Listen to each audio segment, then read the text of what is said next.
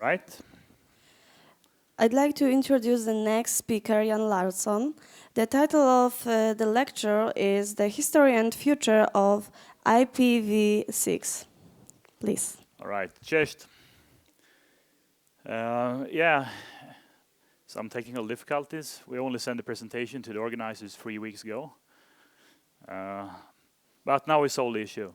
So anyway, yeah, the original title of this presentation was indeed The History and Future of IPv6. I actually I changed it a little bit, more into IPv6, the lesson learned so far. And of course, as for myself, I used to work 12 years for Telia, and I was always very proud of working for, at the time, the biggest IP backbone provider with headquarters in Europe. But now actually I work for the biggest in the world, LetsFree. And also with me today on these issues, I also have Mark Burski, who's our local sales engineer. He has a more comprehensive technical detailed information on our latest take on IPv6. So in case I won't be able to answer any questions, I'm going to transit the question to Mark. All right, we have an agenda today, ladies and gentlemen. So we're going to look a little bit on the level 3 IPv6 history. And in this, I would like to actually add a subtitle to that, From Tunnel to Dualstack. Surprise, surprise. And also, we're going to discuss the design goals and implementation. And the key message here is do not break the IPv4 network you're already running on. And then we're going to move on to the core part of the presentation, which would be the issues and observations. And basically 3 things to mind: the training of your staff, your support systems, as well as your network management. And then, of course, we need to round up a little bit. And the key message here is, if you don't already have one, please get an IPv6 plan. All right. So we started off with the tunneling service. Of course, when we were tunneling V6 inside the V4, and we then started, as the traffic started to grow, to introduce native IPv6 at the big peering points in Europe, and those are M6 in Amsterdam and the links to London Internet Exchange. So we're able to hook up the other peering ASs to the edge routers on an A2 way. But of course, customers, they began increasingly start to demand more and more genuine dual stack. So eventually we moved off the 6PE, and also because we have to move off the old MPLS network. So we're still offering tunnels actually to folks who really want one. And of course, we also do that on the edges of our network.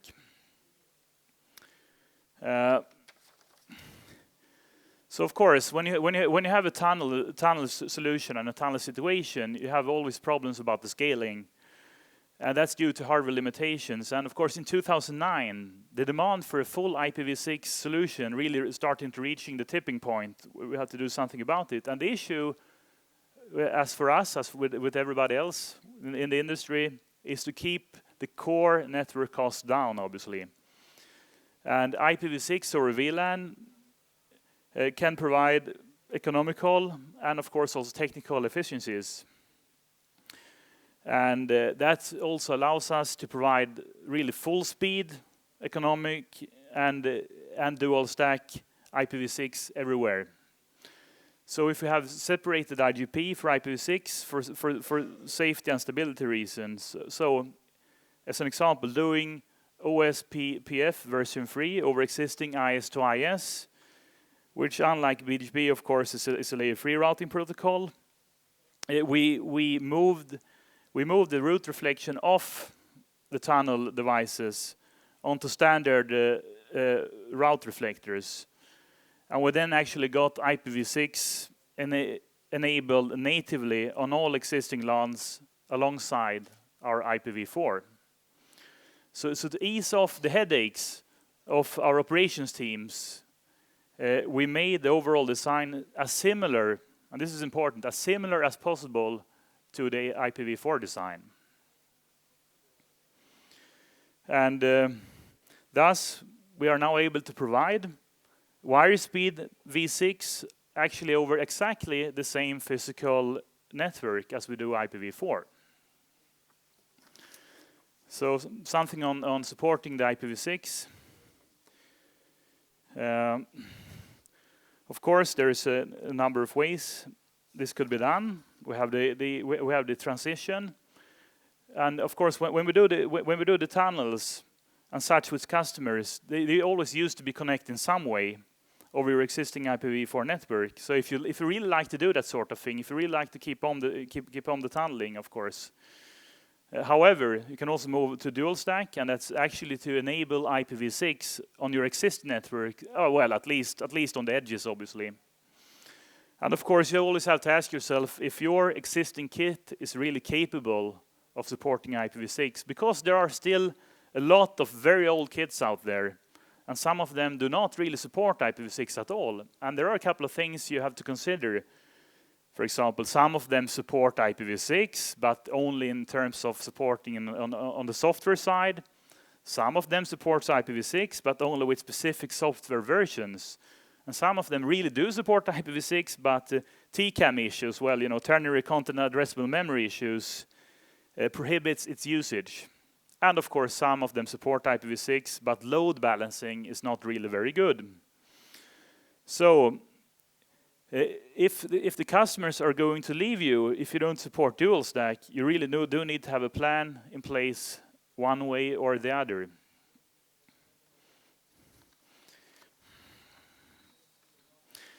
And of course, do you really have to update all of your configs to do this? You have to really mind the address families. And if you think about CAM, so CAM stands for Content Addressable Memory. And of course, it's used mostly in search applications where speed is essential, because unlike RAM, where you have user stores and you have data retribution using pointers, CAM actually allows applications to search for the existence of a data word in an entire CAM, an entire content addressable memory environment, and of course return the data if it's found. And this of course makes it very, very useful for things like router table lookups. So on many platforms, TCAM is used for fast route table lookups. So the way TCAM is sort of carved up means it can't be shared in many different ways. If you consider, for example, MAC issues, quality of service issues, transition between IPv4 and IPv6, and the allocation you have to do in so-called profiles. So allocating a reasonable amount of TCAM space to IPv6 can mean that you will have a very limited amount of free space for IPv4. So again, back to the issue, do not break your IPv4 network. And when it comes to the traffic differentiation, of course, we have a general problem is about how to produce different data and graphs of IPv4 and IPv6 traffic on the same. When I say the same, I mean on the same dual stack interface. And this is difficult, as most things just pull. You pull the if mibs, you ask the if mibs, you get the answers, and that's just counting doctexts actually. So really, you have to ask yourself, how can you tell IPv6 and IPv4 traffic apart? And this is very difficult. There are a couple of examples how that could be addressed. On Juniper devices, for some reason we're talking about Juniper devices here, you do the filters to count in at 6 traffic in and out of the interfaces. And you can collect data by using SNMP or CLI. Although you probably will have to do some special stuff to make it work in your regular package. And that's of course something to mind. You can also use different VLANs, one for IPv4 and one for IPv6. This allows you to measure per VLAN actually, and therefore do differentiation. However, to my opinion, and I think you share this opinion with me, this is not real dual stack. It introduces some other problems, and often it isn't an acceptable solution for the customers. We should also mind the customers. So, some words about NetFlow. In the NetFlow version 9, we have support of both. Supports IPv6 and can also be used to differentiate between IPv4 and IPv6 type of traffic. But this is very new. We have to keep this in mind. This is actually very new. So it may require new software on the network devices and lots of development of the back office systems due to large amount of differences between the version 5 and version 9 of the NetFlows.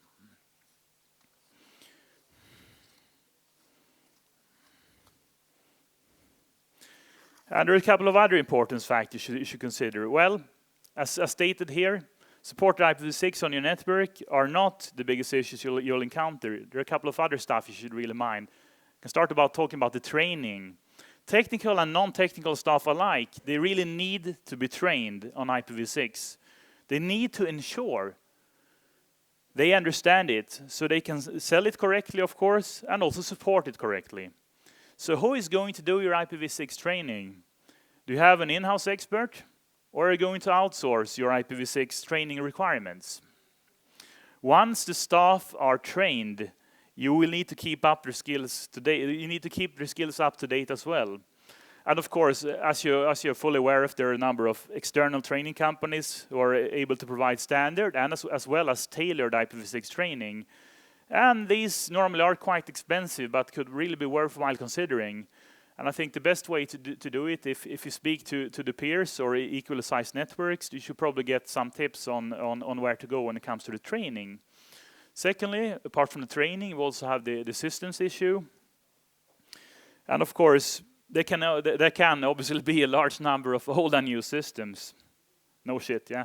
So this is often a non-trivial part, and that can also take huge amount really of time and expense to deal with. So are you really sure that, for example, your billing system is going to be happy with IPv6? That's, of course, quite important to evaluate. Also leading into the network management. So does your network management support systems support IPv6? I'm talking about such issues as load balancers, firewalls, IDS, for example. Also worthwhile considering. So how should we take it away from here based on the issues I just addressed? So of course, the good news here is that most modern routers and server kits do support IPv6 properly. And of course, you have to really double check if it's general IPv6 support, or it can also, for example, do 6P. And I think that's an issue that which Piotr is going to address a bit later today, right? Yeah. But of course, the code still really has huge bugs because it hasn't been stressed, and people haven't cared too much at the point when it's failed. And there's always this big debate on when are all the bugs going to be fixed. And some really pessimistic people predict like 2025 maybe, until then we still need to run some kind of transition into IPv4. Probably it's going to be done quicker than that, but it's definitely an issue. Right, so a little bit about level 3. Of course, as you may know, it is the largest IP backbone in the world.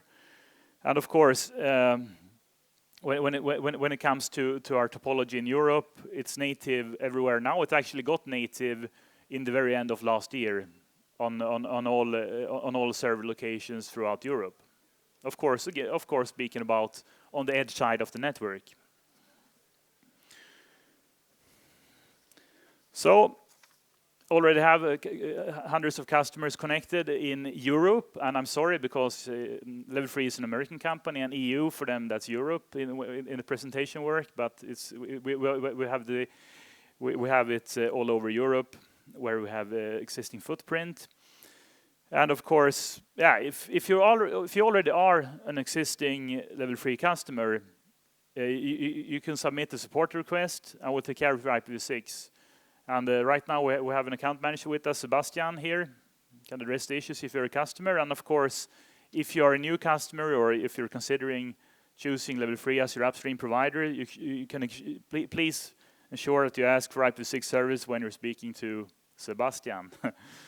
All right. So with that, I would like just to wrap up with the things we discussed here. We started looking a little bit on the history of the level 3 rollout, again going from a fully tunneled solution into more of a native solution, at least when it comes to the peering points, and of course dual stack solution. Some issues to be learned and things which should be addressed again are the support system issues, the training of the staff issues, as well as your network management issues, and of course, in case you don't really have an IPv6 in plan, please try to plan for it as soon as possible. Although, as we know, the traffic today is really small in comparison to IPv4 traffic. Things, as you know, in our industry tend to happen quickly and at the least expected time.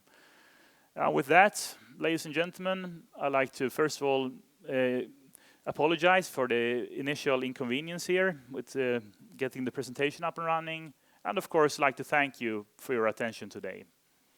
And if you'd like to see us, we have a booth right out here, level 3. So I'm happy to take on questions. All right, we'll be right out of the booth. Thank you very much. Thank you very much for your speech.